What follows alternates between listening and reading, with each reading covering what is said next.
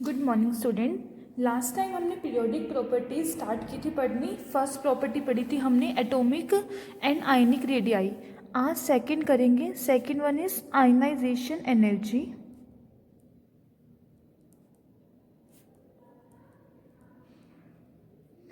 अब देखो, first of all ionization energy क्या होती है हम ये डिस्कस करेंगे इसमें। फिर फैक्टर्स, कौन कौन से फैक्टर्स के ऊपर आयनाइजेशन एनर्जी डिपेंड करती है। एंड थर्ड हम वेरिएशन पढ़ेंगे कि जब हम अलोंग द पीरियड मूव करते हैं या फिर डाउन द ग्रुप मूव करते हैं तो आयनाइजेशन एनर्जी में किस तरीके से चेंज आता है। ओके, अब देखो बेसिकली आयनाइजेशन एनर्जी होती क्या है कि एनर्जी मीन्स कि एनर्जी, कितनी एनर्जी है जो हमें रिक्वायर है to remove the most loosely bound electron. Amount of energy required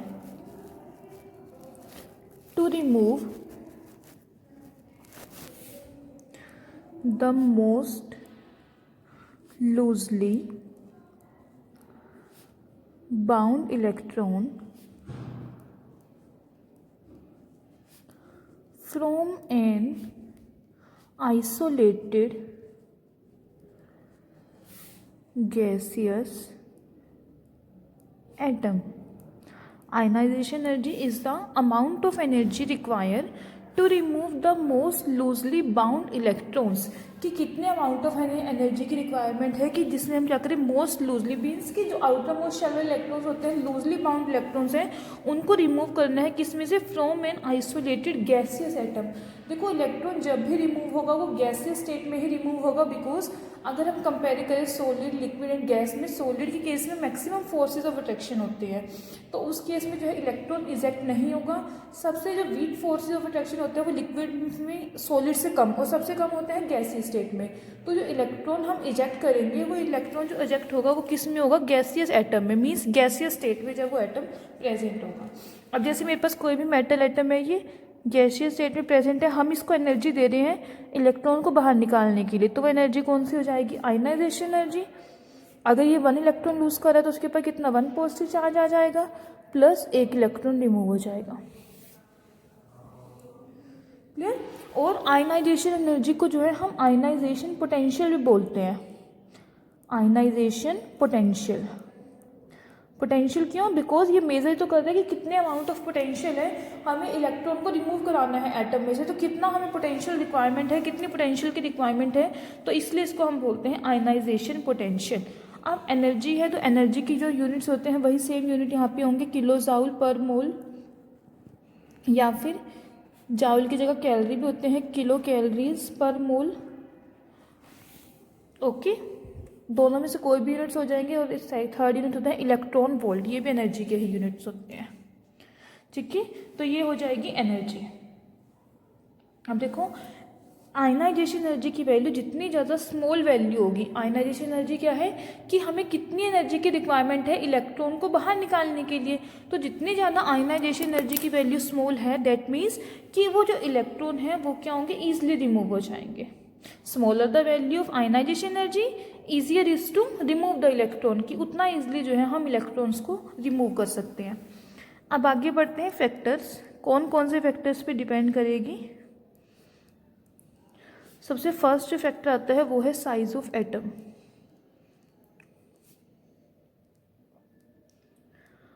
ionization energy जो है वो डिपेंड करती है डिस्टेंस के ऊपर। डिस्टेंस किसमें? इलेक्ट्रॉन और न्यूक्लियस के बीच में जो डिस्टेंस है उस पर जो है आयनाइजेशन एनर्जी डिपेंड करेगी।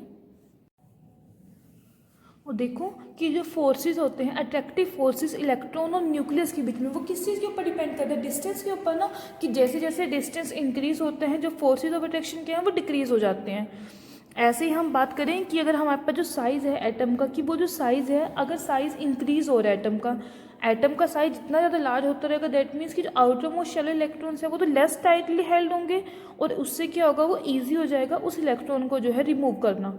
और मैं इसको कहूँ कि जो आयनाइजेशन एनर्जी है that decreases with increase in atomic size. Electron and जब हमारे पास एटम का साइज इंक्रीज होता है, एटम का साइज इंक्रीज होने से क्या हो रहा है, इलेक्ट्रॉन और न्यूक्लियस के बीच का जो डिस्टेंस है वो डिस्टेंस इंक्रीज हो रहा है। डिस्टेंस ज़्यादा है, that means forces of attraction क्या होंगे, कम हो जाएंगे। फोर्सेज ऑफ अट्रैक्शन कम है तो इट मीन्स कि इलेक्ट्रॉन को रिमूव करना ईजी है और उसकी आयनाइजेशन एनर्जी क्या होगी, कम होगी। तो ionization energy decreases with increase in atomic size, कि अगर हम आयनाइजेशन वो एटॉमिक साइज इंक्रीज होगा तो आयनाइजेशन एनर्जी क्या होगी, उसके डिक्रीज करेगी। ठीक है। सेकेंड बात करें चार्ज ऑन द न्यूक्लियस।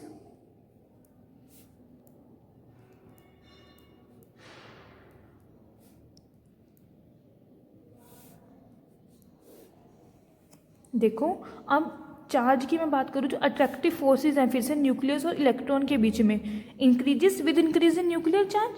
और जो फोर्सेस ऑफ अट्रैक्शन है, फोर्स ऑफ अट्रैक्शन ये डायरेक्टली प्रोपोर्शनल किसके होते हैं, means product of charge.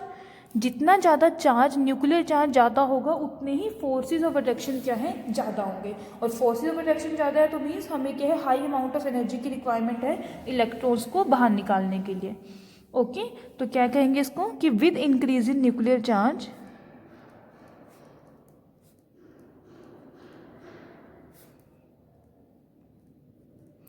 it becomes more difficult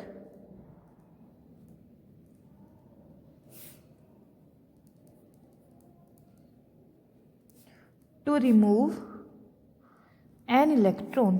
और इलेक्ट्रॉन को रिमूव करना डिफिकल्ट है, मीन्स आयनाइजेशन एनर्जी क्या होगी, इंक्रीजेस। तो फर्स्ट फैक्टर क्या था हमारा, एटॉमिक साइज। अगर साइज इंक्रीज होता है तो आयनाइजेशन एनर्जी डिक्रीज होगी। सेकंड है न्यूक्लियर चार्ज, जितना ज़्यादा न्यूक्लियर चार्ज हाई होगा उतने ही फोर्सेस ऑफ अट्रैक्शन ज़्यादा होंगे। फोर्सेस ऑफ अट्रैक्शन ज़्यादा है दैट मीन्स आयनाइजेशन एनर्जी भी क्या होगी, ज़्यादा हो जाएगी। ओके। थर्ड फैक्टर की बात करें, स्क्रीनिंग इफेक्ट। अब स्क्रीनिंग इफेक्ट हमने फर्स्ट चैप्टर में पढ़ा था कि स्क्रीनिंग इफेक्ट होता क्या है। देखो अगर हम मल्टी इलेक्ट्रॉन सिस्टम की बात करते हैं, मल्टी इलेक्ट्रॉन सिस्टम के केस में क्या है कि जो आउटर मोस्ट इलेक्ट्रॉन है, आउटर मोस्ट शेल में इलेक्ट्रॉन जो प्रेजेंट है वो स्क्रीन होते हैं न्यूक्लियस से, कि जो इनर इलेक्ट्रॉन्स प्रेजेंट है वो क्या करेंगे, आउटर इलेक्ट्रॉन्स को स्क्रीन करेंगे। और इसी इफेक्ट को हम बोलते हैं स्क्रीनिंग इफेक्ट या फिर शील्डिंग इफेक्ट। अब जितना ज़्यादा आपके पास स्क्रीनिंग इफेक्ट होगा, स्क्रीनिंग इफेक्ट क्या कर रहे हैं, रिपल्शन का ही काम कर रहे हैं ना, कि जो आउटर मोस्ट इलेक्ट्रॉन्स है वो उतना ज़्यादा फुल चार्ज फील नहीं करते। हम जो स्क्रीनिंग वो निकालते हैं एक्चुअल न्यूक्लियर चार्ज, वो कैसे वो इफेक्टिव न्यूक्लियर चार्ज कैसे निकालते हैं, actual nuclear charge minus screening constant, S capital S जो हम लेके चलते हैं, कि जितना ज़्यादा आपके पास स्क्रीनिंग इफेक्ट होगा that means effective nuclear charge जो है वो क्या होगा, कम हो जाएगा। और जब न्यूक्लियर चार्ज कम होगा तो आयनाइजेशन एनर्जी भी क्या होगी, डिक्रीज हो जाएगी। ठीक है। मीन्स अब यहाँ पे हमारे पास क्या मतलब हुआ कि जितनी ज़्यादा स्क्रीनिंग इफेक्ट की वैल्यू हाई होगी, स्क्रीनिंग इफेक्ट जितना ज़्यादा होगा आयनाइजेशन एनर्जी क्या है वो उतनी ही डिक्रीज हो जाएगी। कि अगर हमारे पास इनर शेल के अंदर नंबर ऑफ इलेक्ट्रॉन ज़्यादा है, number of electrons inner most shell में जितने ज़्यादा होंगे उतनी ही स्क्रीनिंग इफेक्ट की वैल्यू ज़्यादा होगी, और उससे क्या होगा, जो आयनाइजेशन एनर्जी है वो क्या होगी, डिक्रीज कर जाएगी। ओके। फोर्थ जो इफेक्ट आता है that is penetration effect.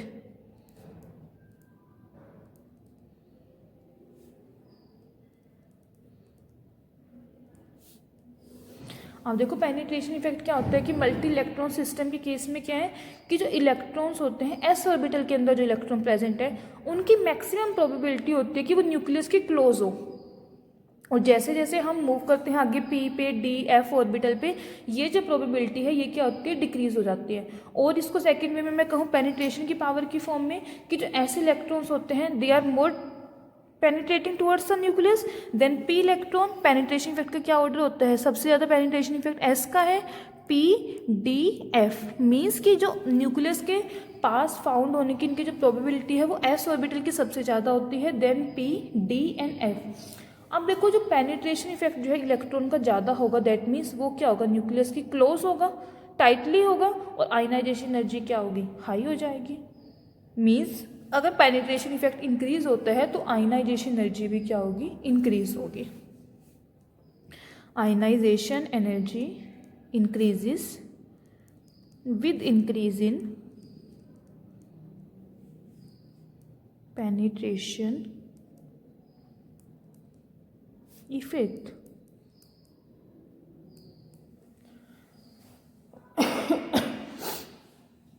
Okay अब नेक्स्ट जो फैक्टर है वो है इलेक्ट्रॉनिक अरेंजमेंट।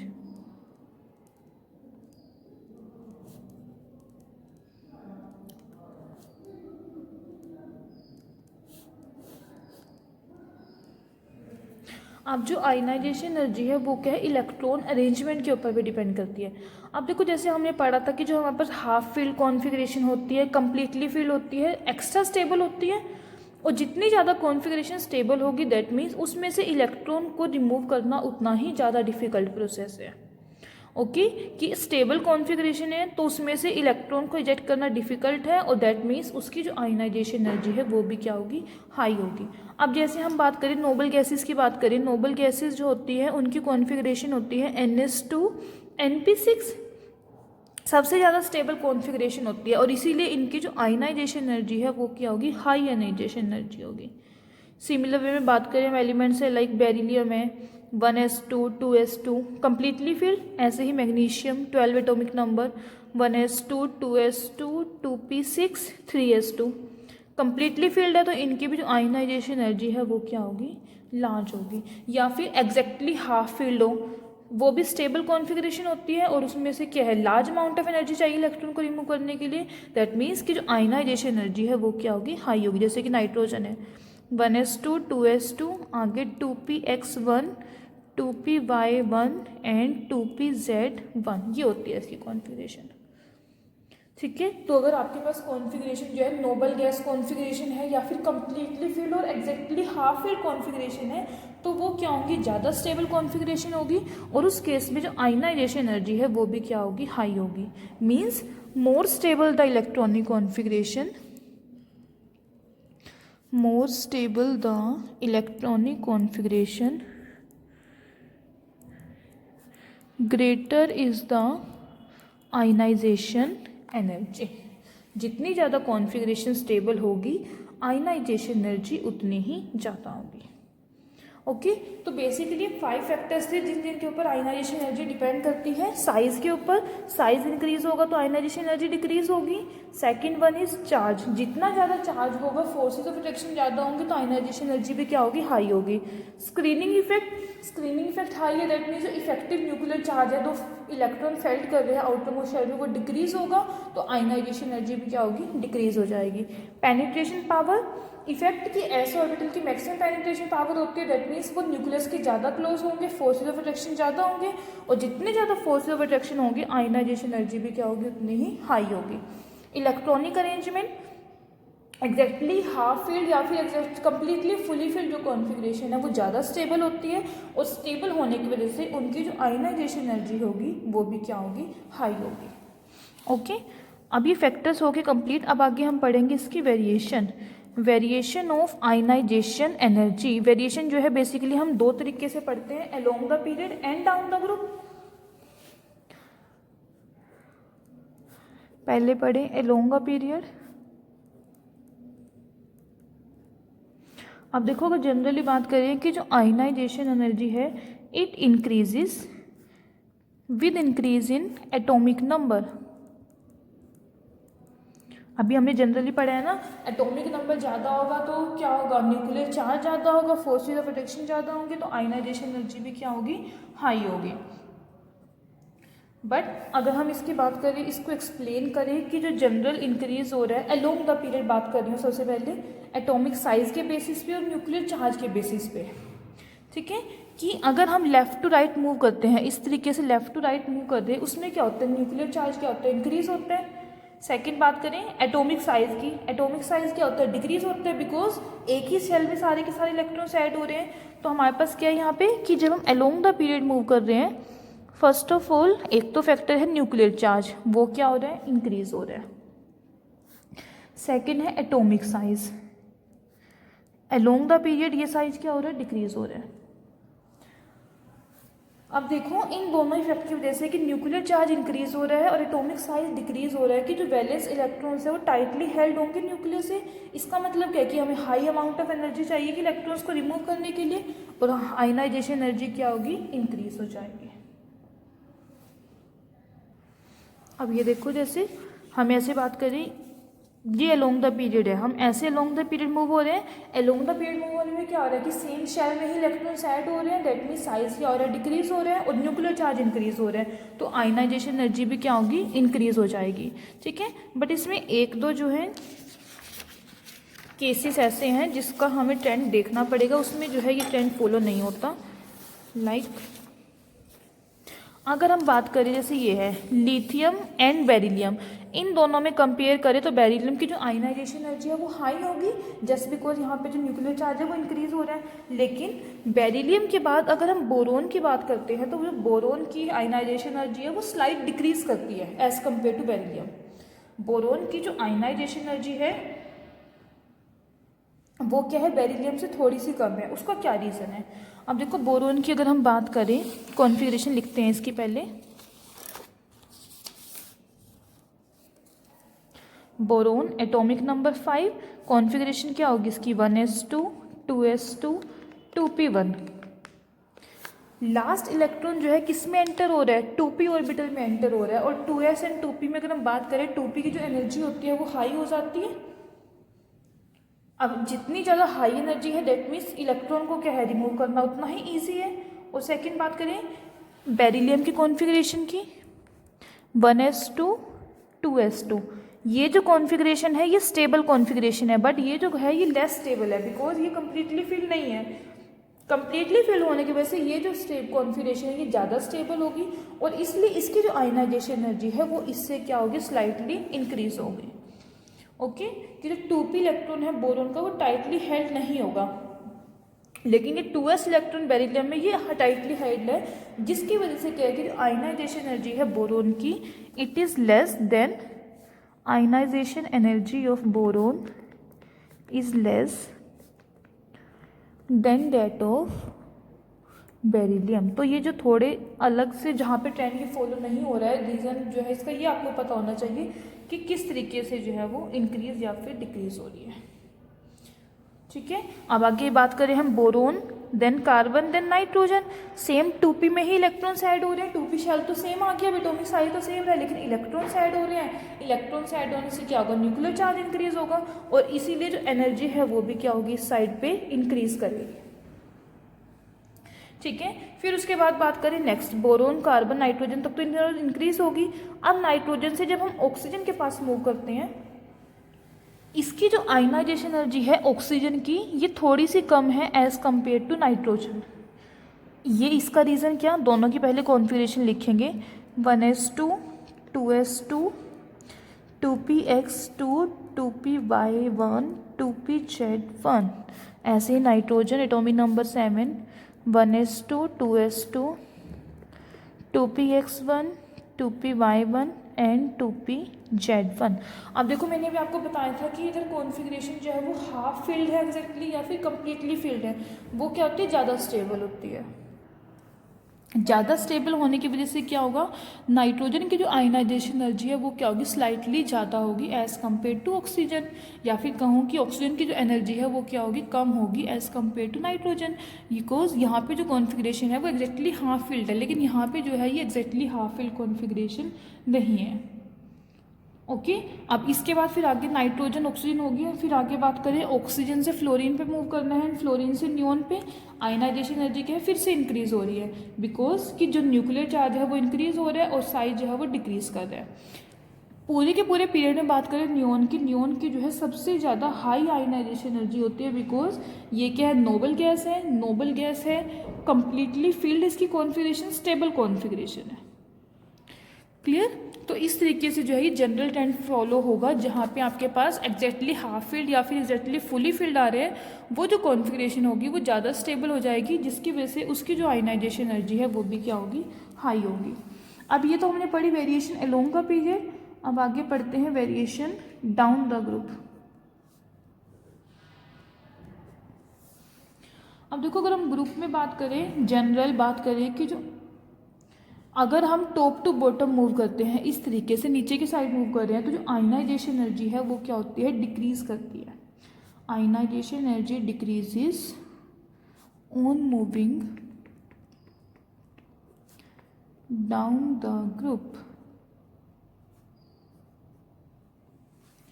ठीक है, अब इसके भी जो है रीज़न पढ़ेंगे किस वजह से ये एनर्जी जो है वो डिक्रीज़ हो रही है। अब देखो सबसे पहले बात करें कौन कौन से फैक्टर्स हैं जो इसकी एनर्जी को जो है इफेक्ट करेंगे। हम डाउन द ग्रुप मूव हो रहे हैं, ऑब्वियसली एटॉमिक नंबर इंक्रीज हो रहा है, बेरिलियम है, मैग्नीशियम है, ऐसे लिथियम, सोडियम, इसका एटॉमिक नंबर 3, इसका एटॉमिक नंबर 11। जब आपके पास एटॉमिक नंबर इंक्रीज हो रहा है तो न्यूक्लियर चार्ज क्या होगा, इंक्रीज होगा। मीन्स कि टॉप टू बॉटम मूव करने में न्यूक्लियर चार्ज क्या हो रहा है, इंक्रीज हो रहा है। फर्स्ट फैक्टर तो ये हो गया। In going from top to bottom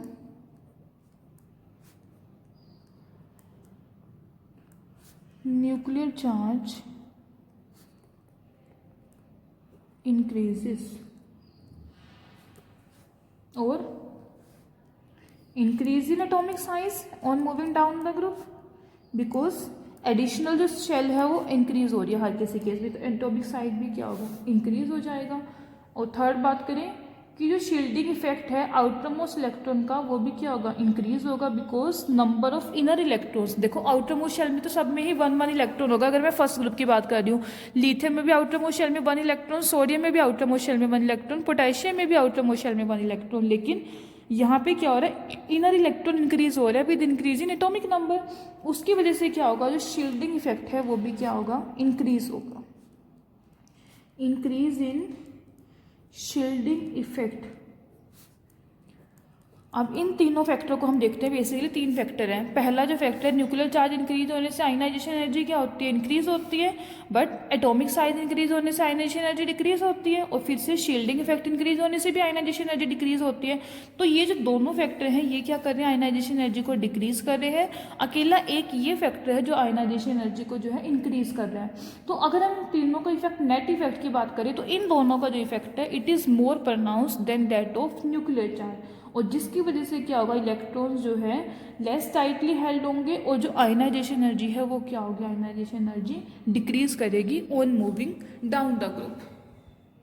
okay, कि न्यूक्लियर चार्ज तो डाउन द ग्रुप भी इंक्रीज हो रहा है, बट वहाँ पे एक तो शेल्स इंक्रीज हो रहे हैं, एटॉमिक साइज इंक्रीज हो रहा है, और सेकंड जो है वो शील्डिंग इफेक्ट इंक्रीज हो रहा है, जिसकी वजह से जो ओवरऑल इफेक्ट है वो क्या हो रहा है, डिक्रीज का ओवरऑल इफेक्ट हो रहा है। और आयनाइजेशन एनर्जी है वो क्या होगी, डिक्रीज करेगी on moving down the group.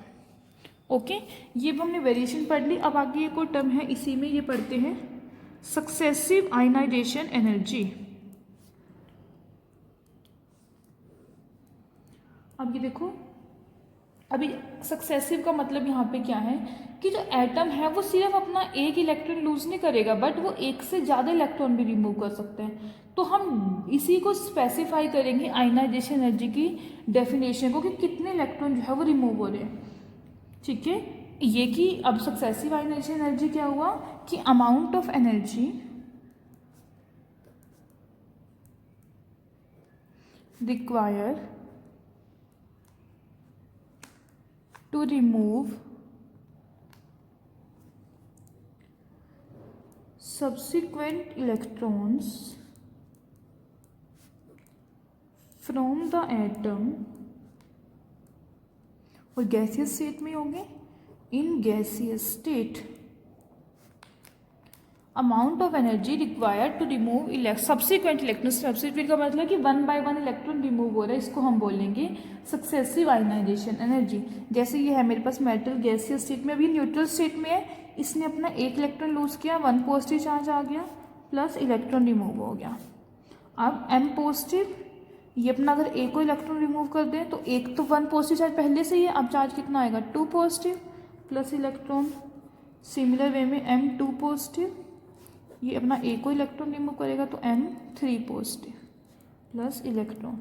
तो ये जो आयनाइजेशन एनर्जी है इसको बोल लेंगे ionization energy 1, ionization energy 2, ionization energy 3। इसको हम बोलेंगे सब्सिक्वेंट आयनाइजेशन एनर्जी या फिर सक्सेसिव आयनाइजेशन एनर्जी। ठीक है, E1 क्या रिप्रेजेंट कर रहा है, first ionization energy, second ionization energy and third ionization energy. For example हम लिथियम की बात करें, लिथियम गैसियस स्टेट में एक इलेक्ट्रॉन अगर रिमूव करता है तो लिथियम 1 पॉजिटिव प्लस इलेक्ट्रॉन, और lithium positive, lithium 2 positive plus electron. Ionization energy की बात करूँ, इसकी जो फर्स्ट आयनाइजेशन एनर्जी है वो तो है 520 kilo joule mole inverse, but इसकी जो सेकेंड आयनाइजेशन एनर्जी है वो है 7298 किलो जूल मोल इनवर्स। देखो कितनी ज़्यादा हाई है। सेकेंड जो आयनाइजेशन एनर्जी है it is very very higher than first ionization energy. ठीक है, अब इसका भी रीज़न क्या है कि देखो जब आपके पास फर्स्ट इलेक्ट्रॉन रिमूव हो रहा है तो एटम जो है पहले तो वो न्यूट्रल स्टेट में एटम प्रेजेंट है, लेकिन एक इलेक्ट्रॉन रिमूव होने के बाद वो किस में चेंज हो गया, मोनोवेलेंट पॉजिटिव आयन। मोनोवेलेंट का मीन्स कि एक वन पॉजिटिव चार्ज इसके ऊपर है। आयन के केस में क्या होगा कि नंबर ऑफ इलेक्ट्रॉन्स तो डिक्रीज हो गए, यहाँ पे एक इलेक्ट्रॉन हमने रिमूव कर दिया, लेकिन जो चार्ज है न्यूक्लियर चार्ज वो तो सेम रहा ना। पहले जैसे सपोज करो मैं लिथियम का एग्जांपल लेती, लिथियम में कितने इलेक्ट्रॉन्स होते हैं, 3 इलेक्ट्रॉन्स होते हैं, 3 प्रोटॉन्स हैं, 3 ही इलेक्ट्रॉन्स हैं। लेकिन जब एक उसमें से इलेक्ट्रॉन रिमूव हो गया, अब यहाँ पे प्रोटॉन्स तो अभी भी 3 ही हैं, लेकिन इलेक्ट्रॉन कितने रह गए, 2। पहले 3 प्रोटॉन्स 3 इलेक्ट्रॉन्स को हेल्प कर रहे थे, अब 3 प्रोटॉन्स 2 इलेक्ट्रॉन्स को हेल्प कर रहे हैं, तो फोर्सेज ऑफ अट्रैक्शन क्या होंगे, और भी ज़्यादा हाई हो जाएंगे ना, जिसकी वजह से जो सेकेंड आयनाइजेशन एनर्जी है वो फर्स्ट से क्या है, इतनी ज़्यादा हाई है। क्लियर कि सक्सेसिव आयनाइजेशन एनर्जी की अगर हम बात करें तो second ionization energy step wise जो है वो एनर्जी क्या हो रही है, इंक्रीज हो रही है। और उसका रीज़न क्या है कि पहले वाले केस में जब एटम में से इलेक्ट्रॉन रिमूव हो रहा है वो न्यूट्रल स्टेट में एटम है, लेकिन जो सेकेंड इलेक्ट्रॉन रिमूव हो रहा है वो हो रहा है मोनोवेलेंट पॉजिटिव आयन के केस में रिमूव। और अगर मैं अब सेकेंड की बात करूँ, सेकेंड में अब कितना है, ये डाई पॉजिटिव आ गया, मोनोवेलेंट की जगह क्या करेंगे, डाइवेलेंट पॉजिटिव आयन। तो इस केस में क्या और भी ज़्यादा यहाँ पे इलेक्ट्रॉन, अब यहाँ पे इलेक्ट्रॉन कितने रह गए, सिर्फ एक इलेक्ट्रॉन रह गया, लेकिन प्रोटॉन कितने हैं, 3 हैं, तो फोर्सेस ऑफ अट्रैक्शन क्या होंगे, और भी ज़्यादा हाई होंगे। तो यहाँ पे जैसे जैसे आयनाइजेशन एनर्जी मीन्स इलेक्ट्रॉन एक रिमूव होता रहेगा, जो आयनाइजेशन एनर्जी है वो क्या होगी, इंक्रीज होती जाएगी। ओके।